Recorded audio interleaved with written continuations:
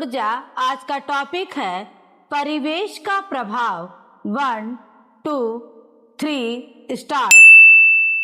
चतुर्दिक वातावरण को परिवेश कहते हैं। स्वस्थ व्यक्तिक एक सामाजिक जीवन के लिए परिवेश में शुचिता जरूरी है।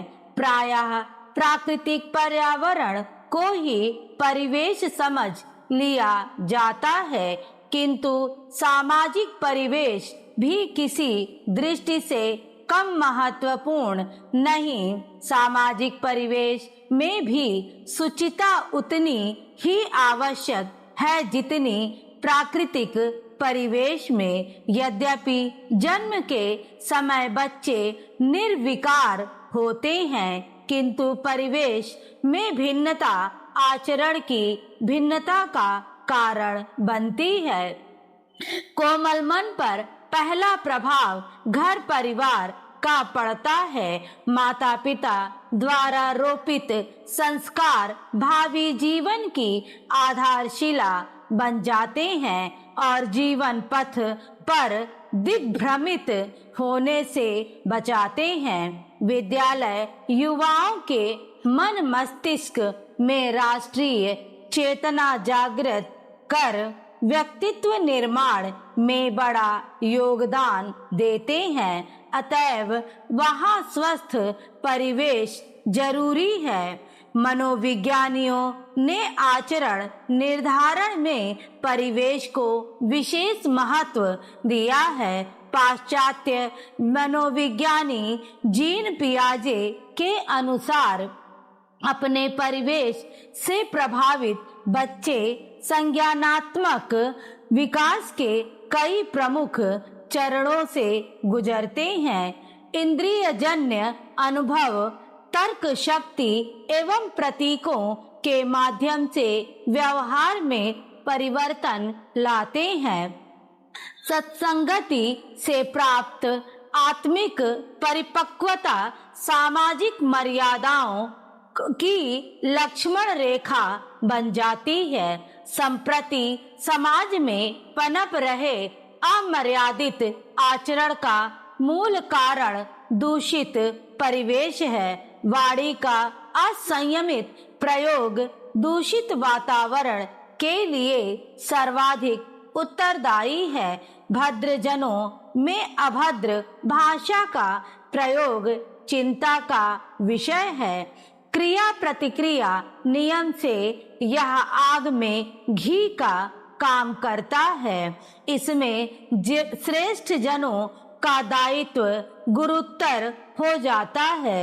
श्रेष्ठ जन जैसा आचरण करते हैं, अन्य वैसा ही करते हैं। अतः अग्रज आदर्श प्रस्तुत कर युवाओं का मार्गदर्शन करें। उन्हें स्वस्थ परिवेश प्रदान करना हम सभी का धर्म है।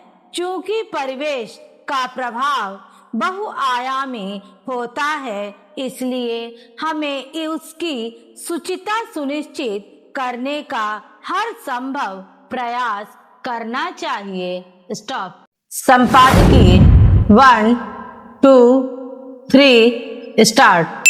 साइबर धोखाधड़ी में लिप्त 2 लोगों की मुंबई में गिरफ्तारी के बाद जिस तरह यह लगातार उजागर हुआ कि उनकी ओर से ठगी गई रकम सैकड़ों करोड़ों रुपए हो सकती है, वह इसका सूचक है कि डिजिटल अरेस्ट निवेश के लालच और अन्य तरीकों से साइबर धोखाधड़ी करने वाले कितने अधिक बेलगाम हो गए हैं। ईडी की ओर से गिरफ्तार किए गए इन लोगों पर मनी लॉन्ड्रिंग के तहत भी मुकदमा चलाया जाएगा, क्योंकि वे धोखाधड़ी से हासिल धनराशि को विदेशी मुद्रा में बदलकर विदेश भेज देते थे।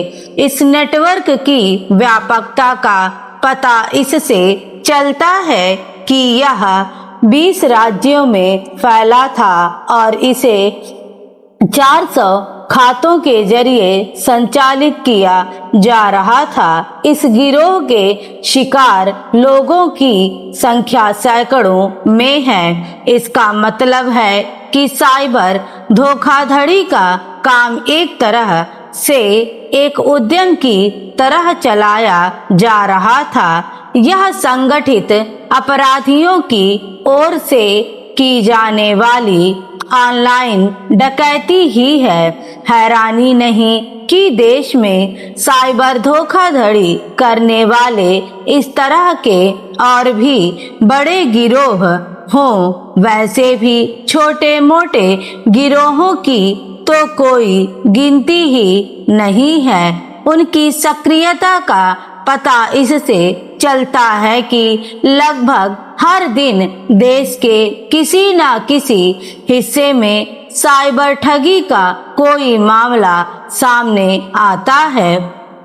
विडंबना यह है कि बहुत कम मामलों में पुलिस ठगों तक पहुंच पाती है। इससे भी बड़ी समस्या यह है कि कुछ ही मामलों में धोखाधड़ी करके हड़पी गई राशि पीड़ित व्यक्तियों को मिल पाती है।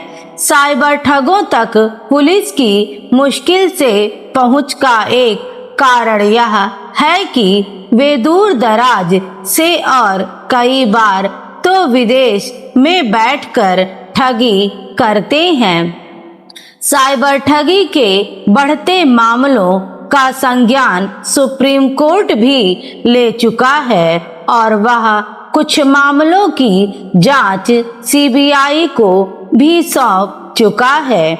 लेकिन यह कहना कठिन है कि साइबर अपराधियों पर कोई प्रभावी लगाम लग पा रही है। वे नए नए तरीकों से ठगी करने में सफल हैं। इसका प्रमाण यह भी है कि साइबर ठगी के जरिए लोगों से हड़पी गई राशि बढ़ती ही जा रही है।